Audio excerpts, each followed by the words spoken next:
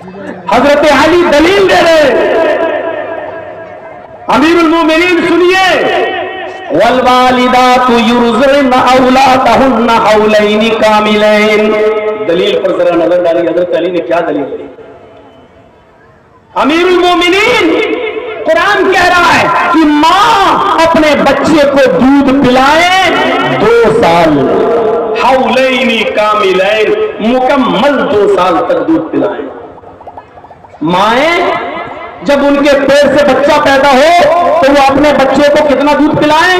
حولین کاملین، مکمل 2 سال تک وہ اپنے بچے کو دودھ پلائیں، یعنی 2 سال کمپلیٹ دودھ پلا سکتی ہیں، 2 سال سے 1 دن زیادہ نہیں، 1 دن کم نہیں، 2 سال تک وہ دودھ پلا سکتی ہیں، 2 سال سے زیادہ نہیں، 2 سال سے پہلے تو چھڑا سکتی ہیں دودھ، لیکن 2 سال سے 1 بھی دن زیادہ نہیں پلا سکتی ہیں۔ حضرت عثمان ہنستے ہیں، کہتے ہیں علی کیا مجھے بے وقوف سمجھ رکھا ہے؟ یہ تو دودھ پلانے کی مدت بتا رہے ہو تم کہ 2 سال تک دودھ پلائیں، ہمیں دلیل یہ چاہیے کہ عورت جب اس کے پیٹ سے 6 مہینے کے بعد بچہ پیدا ہو تو وہ جائز ہے۔ ہم مارو گھٹنا پھوٹے سر، بچہ پیدا ہوا 6 مہینے میں اور دلیل دے رہے ہو دودھ کی؟ دلیل یہ چاہیے کہ عورت اگر 6 مہینے میں بچہ پیدا کر دے تو وہ جائز ہے، اس کی دلیل چاہیے۔ حضرت علی نے کہا وہیں آ رہا ہوں، پہلے آپ کے ذہن میں بٹھا دے رہا ہوں کہ دودھ پلانے کی مدت کتنی ہے؟ کا 2 سال، کا 1 سال میں کتنے مہینے ہوتے ہیں؟ 12، کا 2 سال میں کتنے مہینے ہوئے؟ کہا 24، یہ 24 مہینے کس کی مدت ہوئی؟ کا دودھ پلانے کی۔ آئیے قرآن دوسری جگہ کہتا ہے کیا؟ وَفِصَالُهُ فِي عَامَيْنِ، وہاں ہے یرضعنا، مائیں پلائیں 2 سال تک، یہاں کیا ہے؟ فِصَالُهُ، اپنے بچے کا دودھ چھڑائیں 2 سال میں، وہاں کیا ہے؟ پلائیں 2 سال تک، یہاں کیا ہے؟ چھڑائیں 2 سال میں، بات تو ایک ہی ہے، 2 سال تک پلائیں یا 2 سال کے اندر اندر چھڑائیں، یعنی 2 سال سے زیادہ نہیں پلا سکتی ہے، دونوں کنڈیشن ایک ہی ہے۔ حضرت عثمان کہتے ہیں نئی دلیل کیا ہے؟ اس میں پلانا ہے، اس میں چھڑانا ہے، اس میں ہے کہ 2 سال تک پلا سکتی ہیں، اس میں یہ ہے کہ 2 سال سے پہلے چھڑا سکتی ہیں، بات تو ایک ہی ہے۔ فرمایا بس یہی تو مجھے بتانا تھا کہ 2 سال دودھ پلانے کی مدت ہو گئی، ہاں 24 مہینے دودھ پلانے کی مدت ہو گئی، ہاں۔ تو اب سنیے تیسری دلیل، حضرت علی فرماتے ہیں کہ اللہ تعالیٰ قرآن کے اندر فرماتا ہے، تیسری دلیل، وَحَمْلُهُ وَفِصَالُهُ 30 شَهْرًا، یہاں حمل بھی آ رہا ہے اور فصال دودھ چھڑانا بھی آ رہا ہے، یہ دونوں چیزیں قرآن کی آیت میں موجود ہیں۔ وَحَمْلُهُ وَفِصَالُهُ 30 شَهْرًا، عورت کے حمل کی مدت اور دودھ چھڑانے کی یعنی بچے کے دودھ چھڑانے کی مدت 30 مہینے ہے، 30 شہرن، 30 مہینے، 30 مہینے ہے، دونوں کو ملایا، دودھ حمل کی بھی اور دودھ چھڑانے کی بھی، کتنی مدت ہے؟ دونوں کو ملایا تو 30 مہینے۔ کہا امیر المومنین یہ 30 مہینے حمل اور دودھ پلانے دونوں کو جوڑ کر 30 مہینے ہے، اور دودھ پلانے کی مدت کتنی ہے؟ اب الگ کر دیجیے، دودھ پلانے کی مدت قرآن نے کتنی بتائی ہے؟ حولین کاملین، 2 سال۔ اب 30 مہینے میں سے 2 سال آپ الگ کر دیجیے، 30 مہینے میں سے 24 مہینے آپ الگ کر دیجیے، اس کو مائنس کر دیجیے، کتنے بچتے ہیں؟ 30 مہینے میں 2 سال یعنی 24 مہینے تک دودھ پلانے کی مدت ہو گئی۔ اب جو مدت بچی وہ حمل کی مدت ہے، بتائیے وہ کتنے بچے؟ 30 میں سے 24 کو مائنس کیا، 30 میں سے 24 کو مائنس کیا تو 6 بچتے ہیں۔ تو کہا یہ 6 مہینے حمل کی مدت ہے، 6 مہینے حمل کی اقل مدت ہے، یعنی 6 مہینے سے کم، 6 مہینے سے پہلے اگر ماں کوئی بچہ پیدا کرتی ہے تو ناجائز مانا جائے گا، لیکن 6 مہینے کے بعد اگر کوئی بچہ پیدا ہوتا تو بچہ جائز مانا جائے گا، کیونکہ قرآن کہہ رہا ہے کہ عورت کے حمل اور دودھ پلانے کی مدت 30 مہینے ہے، اور 30 مہینے میں 24 مہینے دودھ پلانے کی ہے، تو باقی جو بچتا ہے وہ حمل کی مدت ہے۔ حضرت عثمان غنی का सर चकरा जाता है कि हजरत अली की इस दलील पर, लेकिन दलील आ जाने के बाद हमारी तरह जिद्दी नहीं थे कि हमने जो कह दिया वो मान लेंगे, वही बात मानी जाएगी। हजरत उस्मान फिर मिंबर पर दोबारा खड़े होते हैं और खड़े होने के बाद कहते हैं, लोगों, हजरत अली रज़ियल्लाहु ताला अन्हु ने जो दलील पेश की वो कुरान से दलील आ जाने के बाद अब हमें कुछ कहने की जरूरत नहीं है। आज अगर अली इस जुमे की नमाज में मौजूद न होते तो मैं कातिल हो जाता, एक औरत के कत्ल का जिम्मेदार में बन जाता।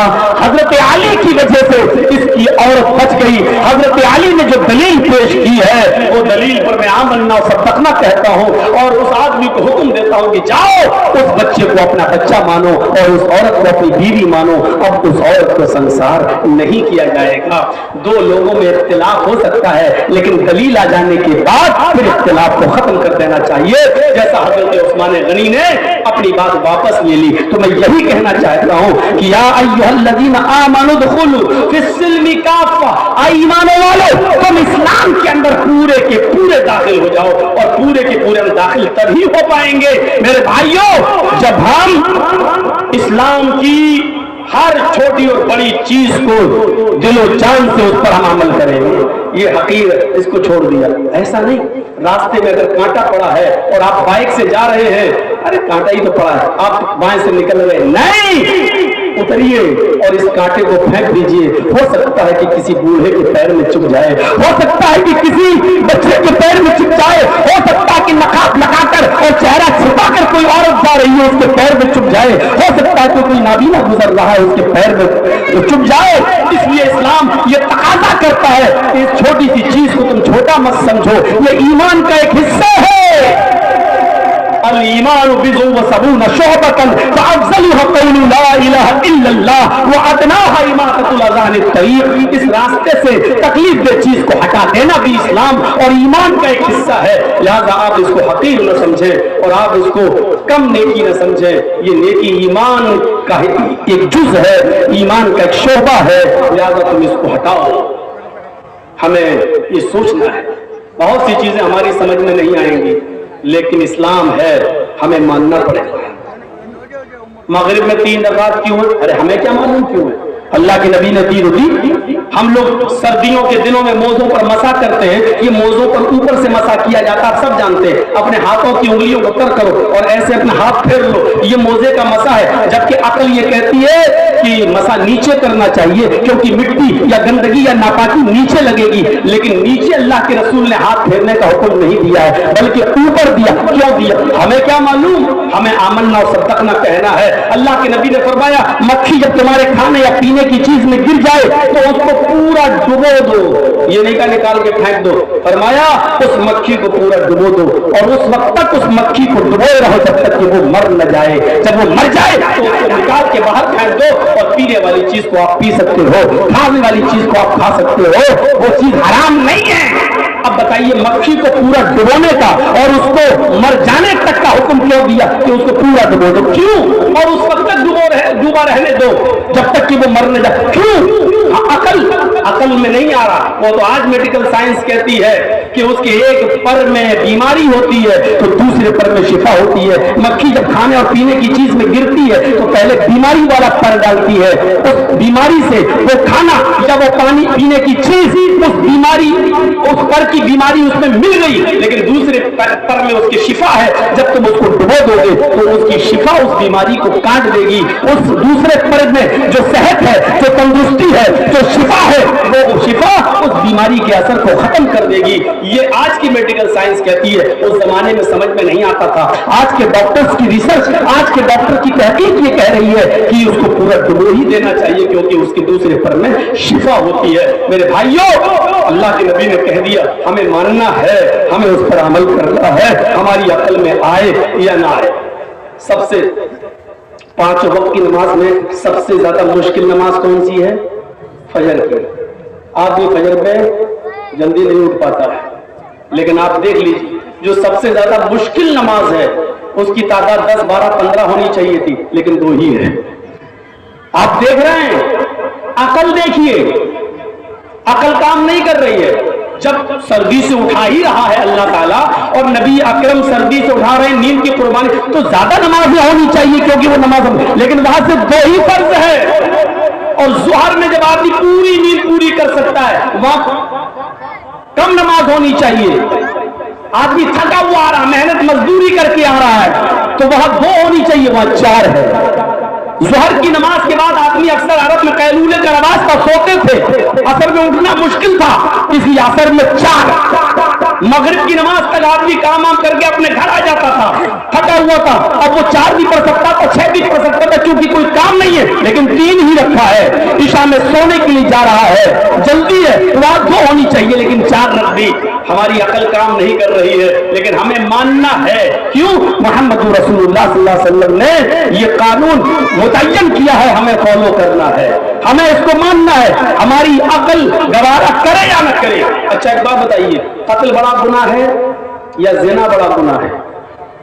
कत्ल बड़ा गुनाह है या जिना? तो आप भी कहेंगे कत्ल बड़ा गुनाह है, किसी की जान जा रही है। जिना बड़ा गुनाह है, लेकिन किसी की जान तो नहीं जा रही है। कत्ल बड़ा गुनाह है, जिना कत्ल से बड़ा गुनाह नहीं है, कत्ल के बाद है, कत्ल के बाद है। सबसे बड़ा गुनाह शिर्क, शिर्क के बाद कत्ल, कत्ल के बाद जिना, कत्ल से छोटा है जिना। लेकिन जिना के लिए कितने गवाह चाहिए? 4। अगर आपने किसी लड़के या लड़की पर जिना का इल्जाम लगाया है तो कितने गवाह मांगे गए? 4। अगर 4 गवाह तुम नहीं ला सके तो उल्टा सीकूड़े खाओ। चलो, तुम्हारे पास 1 गवाह है, उसने अपनी आंखों से देखा कि तुमने गलत काम किया है किसी लड़की के साथ, लड़का लड़की दोनों मना कर रहे हैं कि हमने नहीं किया, लेकिन तुमने भी देखा, तुम्हारे पास 1 गवाह भी मौजूद है और उसने कहा कि मैंने अपनी आंखों से देखा, फिर भी दोनों गवाहों की बात नहीं मानी जाएगी, चाहे सच भी क्यों ना हो, फिर भी नहीं मानी जाएगी, बल्कि इल्जाम, इल्जाम, और उन दोनों को खड़ा करके दोनों को 80-80 कोड़े और मारे जाएंगे। देख रहे हैं आप? जब तक 4 गवाह नहीं है तब तक आप किसी मर्द, किसी औरत पर जिना की तोहमत नहीं लगा सकते, चाहे उन्होंने जुर्म किया ही क्यों ना हो, चाहे वो सच, चाहे तुम सच ही क्यों नहीं बोल रहे हो, लेकिन 4 गवाह नहीं है तो आप किसी को सजा नहीं दिलवा सकते। जबकि जिना कत्ल से छोटा गुनाह है, उसके लिए 4 गवाह चाहिए, लेकिन कत्ल के लिए कितने? आपने किसी आदमी को कत्ल करते हुए देखा किसी इंसान का, तो उसमें सिर्फ 2 गवाह चाहिए। उसमें सिर्फ कितने गवाह चाहिए?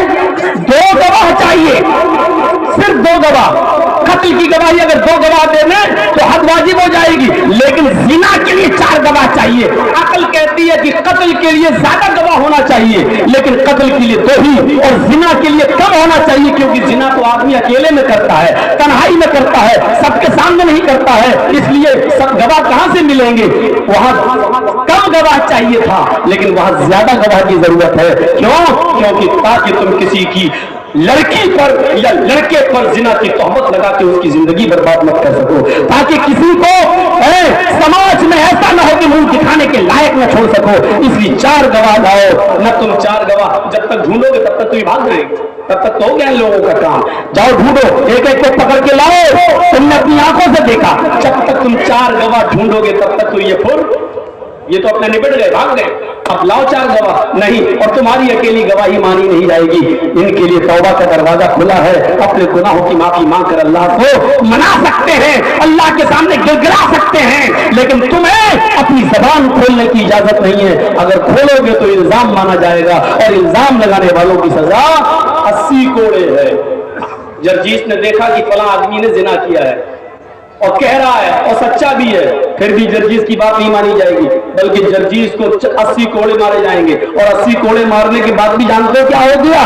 80 कोड़े मारने के बाद अब जर्जीस की पूरी जिंदगी भर कोई गवाही मोतबर नहीं होगी। अब अगर जर्जीस ये कहता है कि चांद हुआ है, मैंने अपनी आंख से देखा है रोजे का चांद, तो जर्जीस की गवाही नहीं मानी जाएगी, क्योंकि जर्जीस जब किसी एक लड़की पर या लड़के पर तोहमत लगा सकता है, तो फिर ये चांद के बारे में भी गलत गवाही दे सकता है। मेरे भाइयों, कुरान क्या कहता है? ला तक़बलु शहादतन अबदा, फिर इनकी कभी कोई शहादत, फिर इनकी कोई कभी गवाही कबूल नहीं की जाएगी। इतनी बड़ी सजा इस्लाम मुतय्यन कर रहा है, जबकि जर्जीस सच्चा है, उसने देखा है जिना करते हुए, लेकिन चूंकि अकेला था, 4 गवाह नहीं ला सका, इसलिए इल्जाम माना जाएगा, 80 कोड़े दिखाएगा और पूरी जिंदगी जर्जीस की गवाही भी नहीं मानी जाएगी। ये इस्लाम के उसूल हैं, ये इस्लाम के ज़ाब्ते हैं जो हमारी अकल में आए या ना आए, लेकिन हमें फॉलो करना है, हमें मानना है। जैसे ट्रैफिक नियम होते हैं, ट्रैफिक नियम जानते हैं आप? ट्रैफिक नियम, दिल्ली जाइए, बंबई जाइए, कलकत्ता जाइए, बड़े बड़े शहरों में आप अपना मालदा चले जाइए तो ट्रैफिक क्या होता है, गाड़ी चल रही है, पुलिस नहीं लगती है। बड़े बड़े शहरों में पुलिस नहीं लगती है, अब उन्हीं में कैमरे लगे हुए हैं, लाइटें जल रही हैं। जैसी लाल लाइट होगी आपको गाड़ी रोकना है, और जैसी ग्रीन सिग्नल होगा गाड़ी आगे बढ़ाना है। जर्जीस साहब 4 व्हीलर पे चल रहे हैं, रेड सिग्नल हो गया, गाड़ी रोक दी। अच्छा, गाड़ी को सिग्नल ने, रेड सिग्नल, गाड़ी रोक दी। ये सिग्नल क्यों बनाए गए हैं? ताकि एक्सीडेंट ना हो, ताकि किसी की जान न जाए। मकसद क्या है? जान न जाए। अब जर्जीस साहब देख रहे हैं लाल सिग्नल है, लेकिन हमें तो आगे जाना है, सामने से तो कोई आ ही नहीं रहा है, ना इधर से कोई आ रहा है ना उधर से, चारों तरफ सड़क खाली है। फिर ये रेड सिग्नल क्यों ना तोड़ दे हम इसको। फौरन उठाया और चल दी, हमने अपनी गाड़ी को आगे बढ़ाया। फौरन जर्जीस साहब के मोबाइल में मैसेज आ गया, आपका इतना रुपया चालान कट के बैंक से कट गया। अब बड़े बड़े शहरों में ऐसा ही हो रहा है, मोबाइल में मैसेज आ गया, चालान कट गया। गाड़ी आ रही हो या नहीं आ रही हो, चौराहा बिल्कुल साफ क्यों ना हो, खाली क्यों ना हो, लेकिन रेड सिग्नल है, तुम्हें रुकना पड़ेगा, तुम्हें रुकना पड़ेगा। अब आप चाहे कितनी अकल से दलील दो, अरे साहब जब कोई आ ही नहीं रहा था तो क्यों रुकता मैं, अरे रास्ता खाली था, मुझे हॉस्पिटल जाना था, फिर क्यों रुकूं मैं नहीं रुका। अरे किसी का एक्सीडेंट तो नहीं हुआ, कुछ नहीं चलेगा, तुमने नियम को तोड़ा है, इसलिए तुम्हें सजा मिलेगी, चालान तुम्हारा कटेगा। मेरे भाइयों, हमारी समझ में आए या ना आए, लेकिन नियम को फॉलो करना है। एक मर्द को 4 बीवी की इजाजत दी है, लेकिन एक औरत को 4 मर्द रखने की इजाजत नहीं। अब तो इसकी मसलहतें भी सामने आ गई हैं, लेकिन आए या ना आए, आए या ना आए, हमें मानना है। हुक्म नहीं है कि करो। 2 तो आदमी रख नहीं पा रहा, 4 कहां से रखेगा? एक को तो संभाल नहीं पा रहा आज के जमाने में, 4 को। हम एक बार जब पाकिस्तान पहुंचे तो हमारी दावत थी उमर शरीफ की। हाँ, अब तो खैर अभी कुछ दिन पहले इंतकाल कर गया वो, हंसाने वाला। जैसे हमारे इंडिया में कपिल शर्मा है, ऐसे ही वहाँ उमर शरीफ का हंसाने वाला। उसको मेरी तकरीर बड़ी पसंद आई, उसने मुझे दावत दी। जब मैं उसकी दावत में गया तो कहने लगा, मौलाना हमारे यहाँ जिसकी दावत होती है 3 टाइम होती है, नाश्ता और दोपहर में और शाम को। मैंने कहा क्यों? कहा मौलाना मेरी 3 बीवी है, एक नीचे रहती है, बीच में, एक ऊपर। अगर एक नाश्ता आपने एक के यहाँ कर लिया तो वो दोनों झगड़ती हैं, तो इसलिए पूरे दिन की दावत आपको करना पड़ेगी। हमने कहा ठीक है भैया, मौलवी आदमी हो, दावत का तो भूखा रहता ही, ठीक है। 3 टाइम की दावत उसके यहाँ खा ली मैंने, सुबह भी, दोपहर में भी, शाम में भी। मैंने उससे कहा, हंसाने वाला तो था ही, तो मैंने उससे मजाक में कहा, माशाल्लाह आपने 3 कर ली, संभालते हैं? हाँ। हमने कहा ये बताइए, मस्जिद आपके करीब थी, ज़ोहर की नमाज मैंने आपकी मस्जिद में पढ़ी, आप बाहर खड़े रहे, नमाज नहीं पढ़ते हैं और मुझे अपने घर लाए। शाम को ईशा की नमाज के में भी आप बाहर खड़े रहे और मुझे बाहर से ले लिया, यहाँ तुम लाए नहीं, मुझे मस्जिद में आए नहीं और घर पे ले आए, नमाज क्यों नहीं पढ़ते हो? उसने कहा मैं नमाज पढ़ के क्या करूंगा, मैं तो वैसे ही जन्नती हूँ। मैंने कहा जन्नती हो? कहने लगा अल्लाह की कसम मैं जन्नती हूँ। हंसाने वाले लोग किसी की भी कसम खा सकते हैं। मौलाना मैं तो जन्नती हूँ। मैंने कहा जन्नती? इतने कन्फर्म क्यों कह रहे हो, कैसे? बोला मौलाना अल्लाह की कसम मैं जन्नती हूँ। मैंने क्यों? कहा मैंने जहन्नम दुनिया ही में देख ली। मैंने कहा क्या मतलब? बोला ये 3 बीवी में जो रख रहा हूं ना, मैंने जहन्नम दुनिया ही में देख ली है, इसलिए अल्लाह ताला 2 जहन्नम किसी बंदे को नहीं दे सकता। दुनिया में जिसने जहन्नम भुगत ली, अल्लाह ताला कयामत के दिन डायरेक्ट कहेगा जाओ मेरे बंदे को जन्नत में डालो, ये जहन्नम दुनिया में भुगत के आया है। जब मैं जन्नत की तरफ जा रहा हूँगा, जिसकी दुनिया में 1 बीवी होगी, ऐसे जा रहा होगा, फरिश्ता पूछेगा है कहाँ जा रहा है? जन्नत में। कितनी बीवी थी? 1। बोले आराम करके आए हो, ऐश की जिंदगी गुजार, पहले जहन्नम में। मैंने कहा तुम? का मैं तो कमर में दर्द, घुटने में दर्द, ऐसे ऐसे जाऊंगा लंगड़ाते हुए। फरिश्ता पूछेगा है कहाँ जा रहे हो? कहूँगा जन्नत में। है जन्नत में जा रहे हो? दुनिया में कितनी बीवी थी? तीन, अरे नहीं जा जाओ जाओ, तुम तो दुनिया ही में जहन्नम भुगत के आए, जाओ जाओ, हमारे लिए तो 8 दरवाजे खुल जाएंगे। मजाक किया उसने, मजाकी था इसने मजाक किया। लेकिन मेरे भाइयों इसमें कहीं कहीं सच्चाई भी होती है। हिंदुस्तान में तो ये चीज है, ये अरब नहीं है कि जहां 2 बीवी रख लो, 3 बीवी। मैं ये नहीं कह रहा हूं कि नहीं रख सकते हो, लेकिन ये सऊदीया नहीं है, यहाँ इतनी आसानी के साथ आप नहीं रख सकते हैं, इतनी आसानी के साथ। तो मेरे भाइयों इस्लाम का कानून है, वो हमें फॉलो करना है, हमें फॉलो करना है।